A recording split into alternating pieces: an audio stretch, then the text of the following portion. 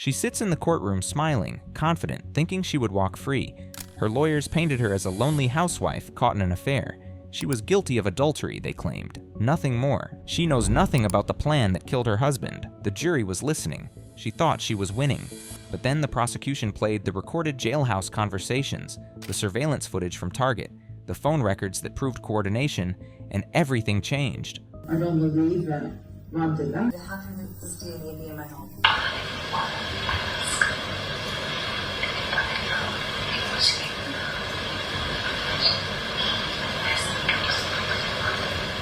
Get me out of the car! Oh my God! No, listen. You gotta get a lawyer. What you're about to see is the moment Monica Sementilli realized her affair couldn't be separated from the assassination. The moment she understood she wasn't going home. Not that day, not ever. And the proof of what really happened was captured in phone records, security cameras, and her own words caught on tape.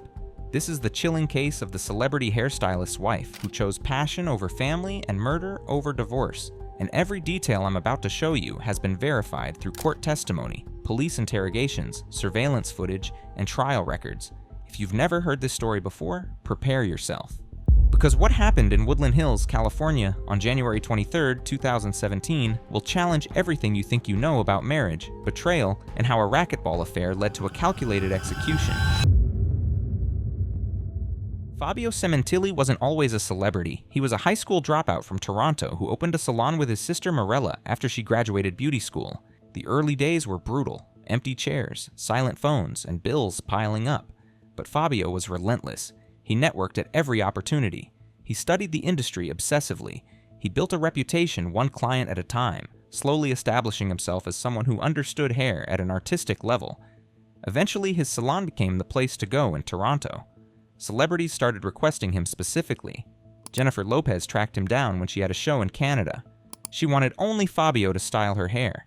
That's the kind of reputation he'd built. That's when Monica walked into his life. Monica was a makeup artist and hair model working in the same industry circles. She understood the world Fabio was building. According to Mirella Sementilli, their romance was passionate from the start. They connected over their shared love of beauty and art. They married, had 2 daughters, Isabella and Jessica, built a life together in Toronto surrounded by family and friends. For years, everything seemed perfect. Fabio's career continued to climb. Monica raised their daughters. They were the kind of couple everyone admired. Then Wella, the international beauty company, offered Fabio a position as creative director for North America. The promotion meant leaving Toronto for Los Angeles. More responsibility, higher salary, international travel, and a life most people only dream about. Monica didn't want to go. Town and Country magazine later reported her feelings about the move. Monica Sementilli had not been excited about the move to LA. She too had grown up in Toronto, and she also came from a big Italian family she didn't want to leave. But they moved anyway. Fabio's career exploded in Los Angeles. He traveled constantly, styling hair for fashion shows, training Wella representatives across the continent, appearing at industry events. By this point, Fabio had built substantial wealth, with an estimated net worth between $850,000 and $2 million. They lived in a beautiful home in Woodland Hills, one of the most desirable neighborhoods in the San Fernando Valley. They had financial security beyond what either had imagined growing up. Their daughters attended excellent schools. The American dream materialized right in front of them, but underneath the surface, something was breaking. The girls were teenagers now, busy with their own lives, barely home. Monica found herself alone in that beautiful house day after day with nothing to fill the emptiness. No family nearby, no career of her own anymore. Just an empty house and a husband who was never there. Fabio was always on the road for Wella. Monica was bored. Monica wanted something more. Keep this detail in mind. In 2016, Monica joined a fitness gym and the racquetball league in Westlake. She started spending hours there, working out, playing racquetball, making new friends. Family friend Deborah Obad noticed Monica's behavior changing. She saw Monica spending increasing amounts of time with people from the gym. She noticed something off about these friendships. Deborah warned Fabio to be careful, to watch Monica's new circle, to pay attention to what was happening. But Fabio didn't listen. He trusted Monica completely. After more than 20 years together, he had no reason to doubt her. On January 22, 2017, Fabio posted on Facebook, "I am blessed to have worked with so many talented people, serving thousands of customers with integrity, making lifelong friends. I am optimistic and driven. "I don't accept negativity." Little did he know that this post would be his last, and a goodbye to people he has worked with for a long time. On January 23, 2017, at exactly 5:47 p.m., Isabella Sementilli called 911. She'd come home from school, found the front door open, her father's body in the backyard, blood everywhere. She was hysterical, barely able to speak coherently to the dispatcher. LAPD detectives arrived at the Woodland Hills home minutes later. The scene looked like a robbery gone wrong. The DVR containing garage security footage had been ripped from the wall and stolen. Fabio's Porsche was missing from the garage. The master bedroom was torn apart, drawers emptied onto the floor, closets ransacked, jewelry boxes overturned. But certain details didn't fit the robbery narrative. Why ransack only one room? Why leave other bedrooms completely untouched? Why steal the DVR but leave an $8,000 Rolex on Fabio's wrist? Why ignore the home safe in the closet, completely visible and accessible? Professional burglars would have taken the Rolex. They would have forced the safe open. They would have searched the entire house, not just one bedroom. And then there was Fabio's body. 43 stab wounds, deep, vicious, personal. It was clear that this wasn't a robbery gone wrong, but rather an execution. The perpetrators believed they'd covered their tracks perfectly. They staged a believable crime scene, stole the Porsche to make it look like a carjacking, removed the DVR to eliminate video evidence. A neighbor's security camera captured two male figures jogging near the Sementilli residence at 4:18 p.m. Both wore hoodies. Their faces were completely obscured by the hoods. They moved with purpose, not like casual joggers. Minutes later, the same camera captured the figures fleeing in Fabio's black Porsche as they sped away from the neighborhood. Monica wasn't a suspect. She wasn't home during the murder. She'd been shopping at Target, captured on their security cameras. LAPD believed the notorious Knock Knock gang had struck again. This gang had been terrorizing wealthy neighborhoods, breaking into homes and stealing luxury items. Fabio was just unlucky to be home when they struck. Then investigators found the Porsche, abandoned 5 miles from the Sementilli residence. Wiped down, but not perfectly. There was still blood inside. Detectives ran the DNA. It didn't belong to Fabio. Within hours, they had a name. Robert Louis Baker, 55 years old, fitness coach at the Westlake Gym where Monica worked out. He was a member of the racquetball league where Monica played, and also a registered sex offender from a 1993 conviction for lewd acts with a minor. LAPD started surveillance on Baker immediately, watching his movements, monitoring his communications, and building a case. And that's when they found something that changed the entire investigation. Baker made thousands of calls and texts to one person. Phone records pulled from his carrier showed a pattern going back years. He communicated with this person more than anyone else in his life, more than his own family and friends, more than his other clients at the gym. And that individual was Monica Sementilli. Remember that detail about Monica joining the gym? Here's why it mattered.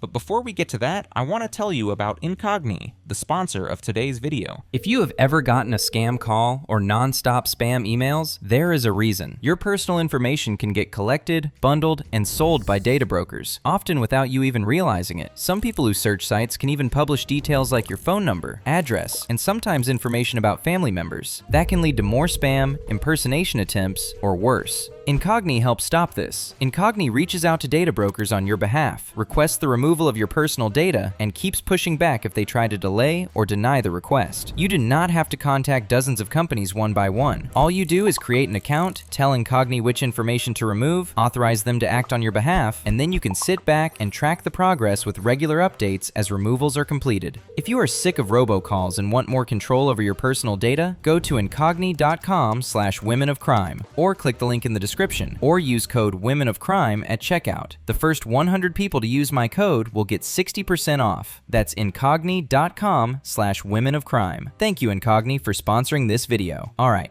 back to the case. Just days after Fabio's death, Monica organized a small wake in her garden. Family and friends gathered to mourn. Robert Baker attended. Nobody thought it was strange at the time. He was supposedly just a friend from the gym. Fabio's sister Mirella and his son Luigi met Baker that evening at the wake. They noticed something strange about his interaction with Monica, something intimate, something that didn't match the grief everyone else was showing. I saw her back outside again, the drink, smoking, and talking to this guy. Robert and Monica were in the corner, talking to each other, sort of away from the party. He had bandages on his hands. 3 weeks after the murder, detectives brought Monica in for questioning. She came willingly, playing the grieving widow perfectly. She answered questions calmly. She seemed cooperative. She said she wanted to help find her husband's killers. Then detectives asked about Robert Baker. She played dumb, said she wasn't sure of his last name, claimed she just knew him as Rob, a racquetball coach. Nothing more. But the phone records told a different story. Thousands of calls and texts spanning years. She communicated with Baker more than her husband, her daughters, and her extended family in Toronto combined. Then detectives pushed harder. They had evidence now. They knew about the DNA, found both at the murder scene in her home and in the stolen Porsche. I can't believe that. I don't believe that Rob did that. And the only other thing I can think of that his DNA would be in my house is probably when I cracked him in the hand and we played racquetball. It's probably on my racket, it's probably on my shoes, it's probably in the gym courts, and I brought the towel home. And I even showed it to my husband, and he said, don't bother washing it, I will get rid of it. And that's the only thing I can think of for it to even be maybe in the garage, maybe in the sink if he put it in the sink, because I didn't see it after that. And that's the only thing I can think of that I've been thinking while I've been laying down there. How can this DNA be in my home? So that's all I can really let I know. A racquetball accident, blood on a towel. That's her explanation for why Baker's DNA was in her house, and why that same DNA just happened to end up in her husband's stolen Porsche, found abandoned 5 miles away, covered in blood. Her story was falling apart in real time, but she kept trying to hold it together. Investigators weren't buying it. They needed more proof. 2 months after Fabio's death, detectives followed Monica to Las Vegas. She checked into a hotel. So did Robert Baker.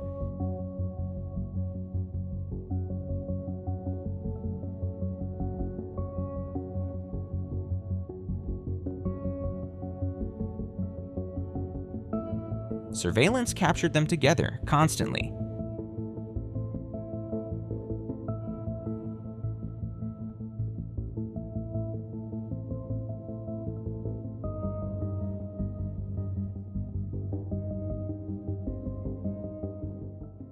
They gambled side by side at slot machines. They dined together at expensive restaurants. They were intimate, holding hands and behaving like a couple celebrating something. Monica showed no grief, no mourning. She posted sad messages on social media, tributes to Fabio, photos of them together, messages about missing him. The affair had been going on for years, investigators discovered. They'd been careful, meeting at the gym, texting constantly, planning a future together. They talked about traveling, about moving in together, about the life they'd have once Fabio was out of the picture. But the prosecution still needed direct evidence linking Monica to the murder itself. A defense attorney could argue Baker acted alone to eliminate Fabio so he could have Monica to himself. Monica might have been unaware of his plan. She might have been shocked when Fabio died, then fallen deeper into Baker's arms in her grief. The prosecution needed to prove coordination, planning, and intent. Then detectives made their move. They stopped a vehicle containing both Monica and Baker, claiming the car might be stolen. Standard precaution, they said. Routine check, nothing to worry about. They placed Monica and Baker in the same police vehicle, handcuffed but sitting close together, while supposedly running the car's information.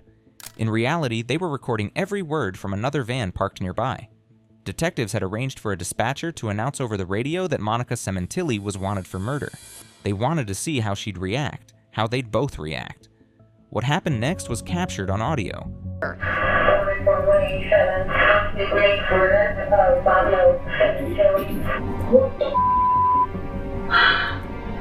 me out of the car! Oh my God! I know, listen. You gotta get a lawyer immediately. Somebody did this. Alright, stay football. Monica also said in quote, "Somebody must have talked. Somebody is doing this to us. They must have something. They must have something." Those were her exact words. It was at this moment the police confirmed that Monica was involved in the assassination of Fabio.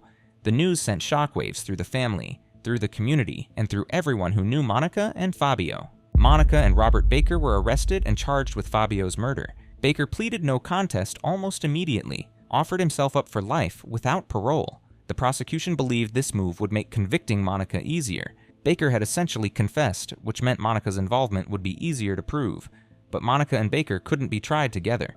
The defense successfully argued for separate trials. Monica's defense attorney made a bold claim at a press conference. We are confident that Robert Baker's guilty pleas and his truthful testimony will finally establish once and for all that Monica Sementilli had nothing to do with the planning or the murder of Fabio Sementilli, her husband.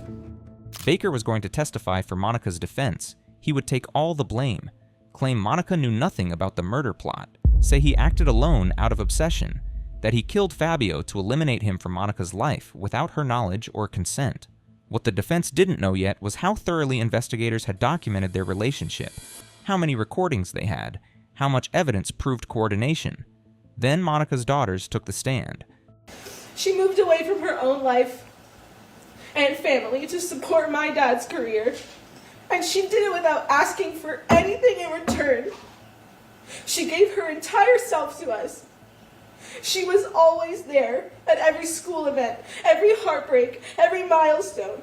She's the most supportive, selfless, funny, and loving person that I know. And she's strong. She taught my sister and I what it means to be a woman, to show up, to fight for your family, and to give love freely. Growing up, I had a learning disability in math, and there were so many teachers I told my mom that college wasn't in the cards for me. But my mom never let me believe that. She told me I could do anything I set my mind to. And because of her, I not only went to college, I made the dean's list, I graduated, I got into the #1 public university in the country, and now I'm earning my master's degree. That's the power of a mother's love. Isabella Sementilli also had this to say. My mother was the best. She did everything for me. She gave up her career, left her family, all to support my dad and give us a good life. She encouraged me to try new things, drove me to and from school, friends' houses, rehearsals, helped me with homework, all with a smile on her face. She built up my self-esteem after a heartbreak. She let me wear her dresses to school dances. She was reliable, and I trusted her with anything. Their testimonies painted Monica as a devoted mother who gave up everything for her family, who moved away from her home in Toronto to support Fabio's ambitions. But the law doesn't care about opinions, only evidence, and investigators had evidence Monica didn't know existed. When Monica and Baker were arrested and held in jail awaiting trial, detectives placed them in separate cells initially. They sent in an undercover officer posing as another inmate, someone arrested for an unrelated crime. The officer struck up a conversation with Monica, got her talking, got her comfortable. Monica opened up to this fellow prisoner about her relationship with Baker. She says, "He's not just my lover, he's my confidant, he's my everything." Let that sink in. Monica wasn't talking about Fabio, she meant Baker, the man who had killed her husband in a vicious attack. On multiple occasions over the months they were held in jail, investigators placed Monica and Baker in adjoining cells, separated by just a wall. They installed recording devices. The lovers talked constantly, whispering through the wall, trying to coordinate their stories, trying to reassure each other.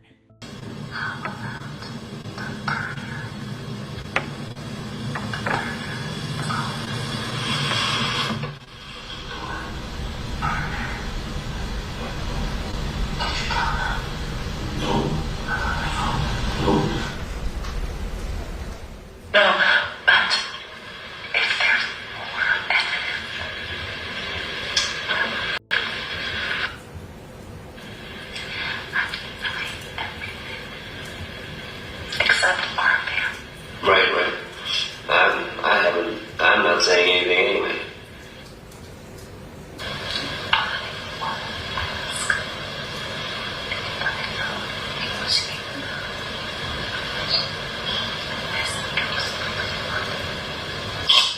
Bye.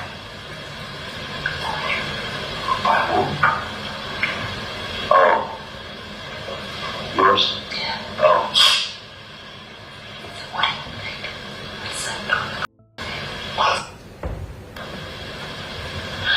Did you mess up?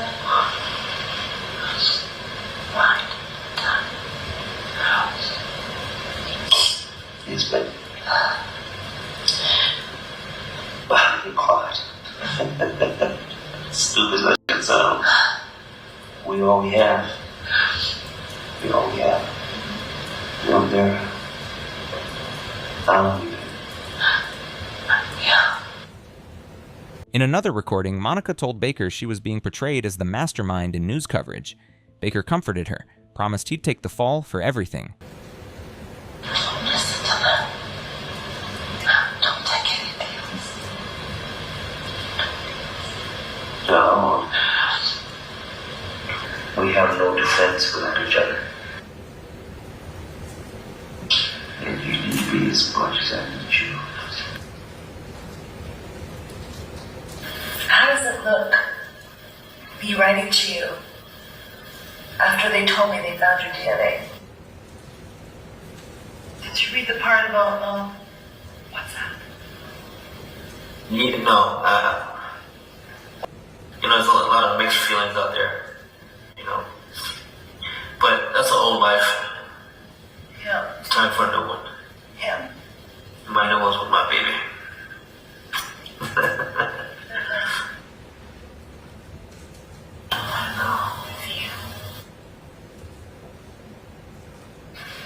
Baby, I'll take you to my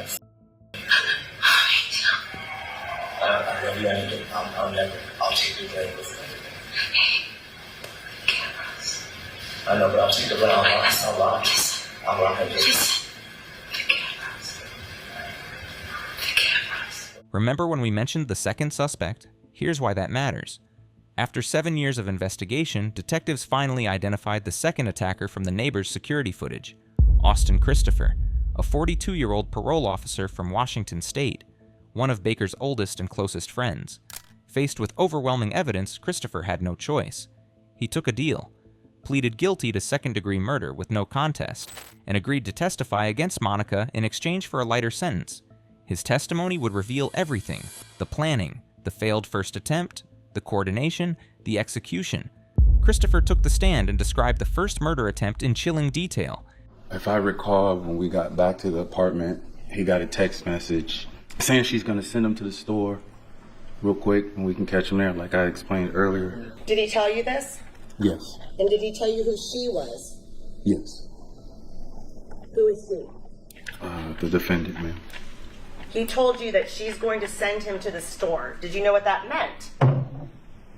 Yes. What did that mean? That meant that we had to go meet him there to see if we can catch him alone. It was pretty late about this, around this hour. Do you know what time it was? Maybe 8, 9 o'clock. You said maybe. Do you know for sure? I don't know for sure. I know there wasn't a lot of people in that parking lot. Was it light or dark out? It was dark. So when he said he got a text and that she was going to send him to the store, what happened next? We got in the car, we drove behind the shopping center, parked. That's when he showed me the picture. He gave me the knife. On the drive over to what you're calling a shopping center, did you have a conversation about what was going to happen? Yeah, as I said before, he showed me what he looked like, told me what he was driving, and he told me, you need to get in and out and make sure nobody sees you. Do you have your phone, just in case we get separated? Was that the burner phone he'd given you? Yes. When he showed you a photo, was it on his phone or was it a printed out photo? It was on his phone, I believe. This individual, do you recognize him? Yes, ma'am.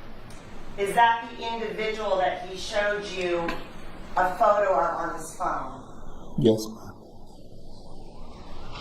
Did he show you a photo of a truck or did he tell you about a truck?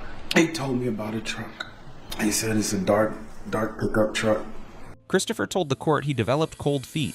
The parking lot was too exposed, too many potential witnesses. They didn't go through with it that night. Fabio came home from the store alive, completely unaware how close he'd come to death. But then came January 23rd, 2017, the day everything changed. On January 23rd, 2017, did you formulate or have a conversation with Baker about a plan to kill Fabio? No, I don't. Not that I can recall a whole plan when he got home. It wasn't until later that day where he said, she's gonna go to the store and he's gonna be home alone. That's what he told me. And then It was a nonverbal look I gave him. I was like, I'm okay. And he said, what if I go? You come with me. What did you take that to mean? That he was gonna go through with it. Through with what? The killing of the victim. Prior to this conversation, had Baker ever indicated that he was going to be the one that participated in the actual killing of Fabio? No. Okay. So he's now volunteering to do it with you? Yes. But at this point, when you woke up, you thought it was over and it wasn't happening, correct? That is correct. All right. What did you say when he said that? I didn't say anything. He knew that she was going to go to the store and that Fabio was going to be home alone. It was a text he got. He kind of jolted. He said, yo, she's home. He's home alone. You can go now. And I explained that was that nonverbal look of, I'm not doing this. And he said, what if I go and you just come with me? He asked me what size I wear and just gave me some clothes to put on. Did Baker ever tell you that earlier, while he'd been out and you'd been at the apartment, he had met the defendant at Target? No. Did he tell you he even went to Target? No. He said he asked you what size you were. What did he give you? He gave me a jacket, a pullover hoodie, sweatpants, and shoes. Did he say why he was giving you that? No. The clothing that you already identified as you and the person in the back, is that the clothes that Baker gave you to wear? Yes. Did you ask him, why are you giving me these clothes? I did. And he just looked at me with the stop playing with me and put them on. And I just did it. What about Baker? Was he wearing what we saw in the photograph just there? Yes. It was like a Sean John sweatshirt? Yes. Okay. They drove to the Sementilli residence in Woodland Hills.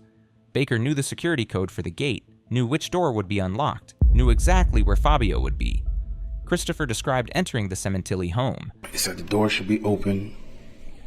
He opened the front door and I followed him in. And in the hallway of the entrance of the door, he said he should be out back. He told me to stay low, and he creeped ahead and made sure he wasn't seen.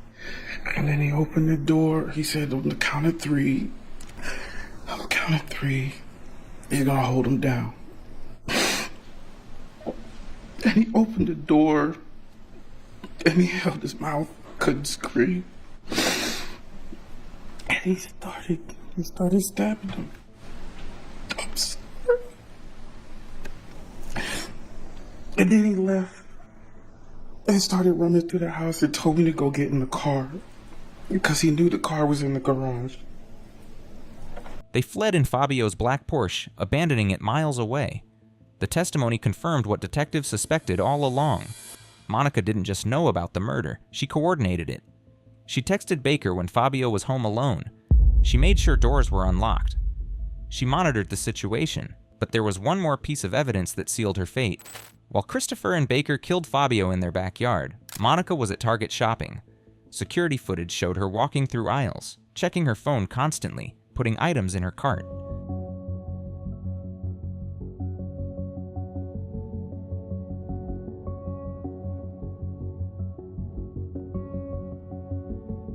She seemed calm, normal, like any other shopper running errands. Data records told a different story. Monica connected to her home Wi-Fi from Target's parking lot at 4:18 p.m., the exact time Fabio was being murdered.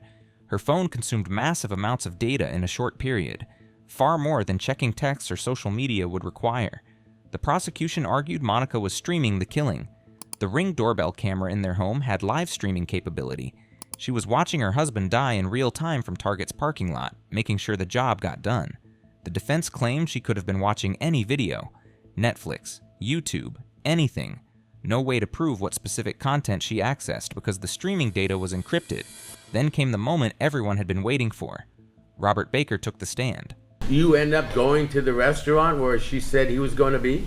Exactly. Did you tell her what you were going to do? Well, she didn't tell me she didn't tell me where he was going to be. She just mentioned where he was going, and so I had to get there. She said he's getting ready to pick it up. He was getting ready to go there. So we were already kind of ready to go, based on if anything came up. All right. Did you tell her what you were going to do? No. No. You just wanted to see her? That day, no. I don't want to see her that day at all. This was nighttime. Okay. So this is how you found out where he was going to be? Correct. Did you have Mr. Austin with you? Yes. Did you go there? I did. Baker testified that Monica had no knowledge of the murder plan. He claimed he acted alone. He was obsessed with her, and he eliminated Fabio without her knowledge or consent. The prosecution smiled. They'd been waiting for this moment. They knew Baker would lie to protect Monica. They had recordings proving he would. During cross-examination, prosecutors methodically dismantled Baker's testimony. They played the jailhouse recordings, the conversations where Baker promised Monica he'd take all the blame. The prosecution urged the jury to disregard Baker's testimony completely. He was a liar, a manipulator, a registered sex offender with a history of deception. Nothing he said could be trusted. Then Luigi Sementilli, Fabio's son from a previous relationship, took the stand. You said most of those conversations, 75% of them, had to do with money and mostly life insurance. Yes, it was about, the life insurance, this document, and over time, the different figures being filled in with actual numbers. So it was that. It was a lot of frustration over her not receiving her portion of the life insurance and the different things that they were trying to do, the tactics they were trying to do to get them to pay out. And then thirdly, the fact that they were struggling with money. Were these the topics of conversation that you had with the defendant after your father's death? Correct. These were the topics of conversations I had with the defendant after my father's death. And like I said, the vast majority of them pertained to life insurance, money, and the lack of money on a day-to-day basis now that my dad was not around. So she was complaining to you about the fact that she claimed she was having money problems. That's right. Did she complain to you that she was struggling over bills and things of that nature? Is that what you're saying? That's correct. That's overruled. Did she ever tell you that she was getting your father's salary through Wella for a 6-month period after his death? I was completely unaware of that until after she was arrested. She never told you that? I was never told. She never told me that. From Luigi's testimony, it was clear that Monica had been receiving Fabio's salary for 6 months after his death and was definitely not having money troubles. The only reason she was interested in the $1.6 million life insurance policy was because it was an avenue for her to start a new life with Baker, to disappear together, to leave California and everything behind. The defense painted Monica as a financially desperate victim, manipulated by Baker and unaware of the murder plot. For Morella, the weight of those moments finally surfaced in the courtroom, not as grief, but as anger directed straight at Monica. She had the audacity to demand a trial and parade around like a woman wronged. And in the end, she exposed not only her shameful affair, but the truth of the kind of mother she was. She is a complete and utter stupid bitch. Watching her dress like a for Baker, living 6 months off of blood money, only a devil can manipulate a reality to suit her comforts. In all my worst nightmares, I could never have fathomed this calculated plan. Monica, you are a demon. She can't even look at me. And all your actions and your deceit has told us so.